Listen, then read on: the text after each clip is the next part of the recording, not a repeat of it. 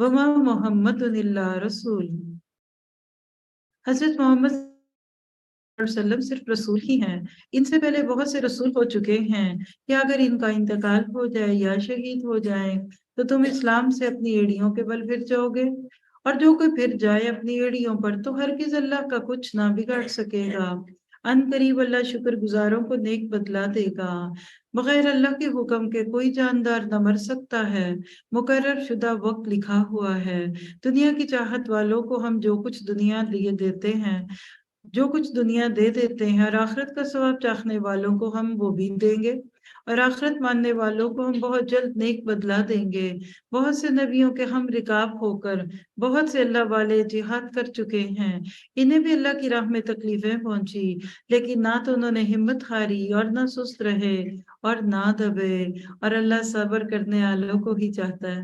آپ دیکھیے پچھلے نبیوں کے صحابہ جو تھے ان کی بھی تذکرے آ گئے ادھر، وہ یہی کہتے رہے کہ ہمارے پروردگار ہمارے گناہوں کو بخش دے اور ہم سے ہر کام میں جو بے جا زیادتی ہوئی ہے اسے بھی معاف فرما، اور ہمیں ثابت قدمی عطا فرما، اور ہمیں کافروں کی قوم پر مدد دے۔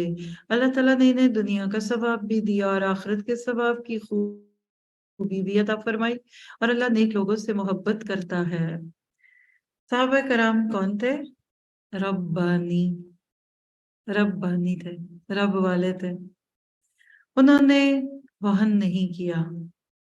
آیت 146 میں لفظ کیا ہے؟ فما وہنو، وہن کس کو کہتے ہیں؟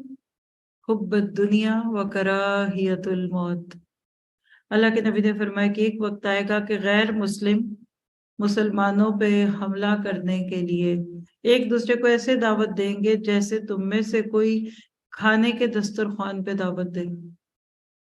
تو صحابہ نے فوراً پوچھا کیا اس وقت مسلمان تھوڑے ہوں گے؟ کہا تھوڑے تو نہیں ہوں گے، ان میں وہن کی بیماری ہوگی۔ فرمایا ومل وہن، وہن کیا ہے؟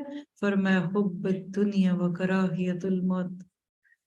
آج ہے یہ بیماری، آج مسلمان کو دنیا کی حب ہے اور موت سے کراہت ہے، ٹھکی چھپی بات ہی نہیں ہے۔ صحابہ کرام نہ موت سے ڈرے نہ زندگی سے پیار کیا، موت سے نہیں ڈرتے تھے، شہادت کی تمنائیں کرتے تھے، دنیا کی محبت میں چور نہیں تھے، گھر سے جاتے تھے تو وہ سر پہ پٹکا باندھ جاتے تھے، کوئی کہتا میں اپنا کفن باندھ کے جا رہا ہوں۔ ان کو موت سے اتنا پیار تھا جتنا ہمیں زندگی سے ہے۔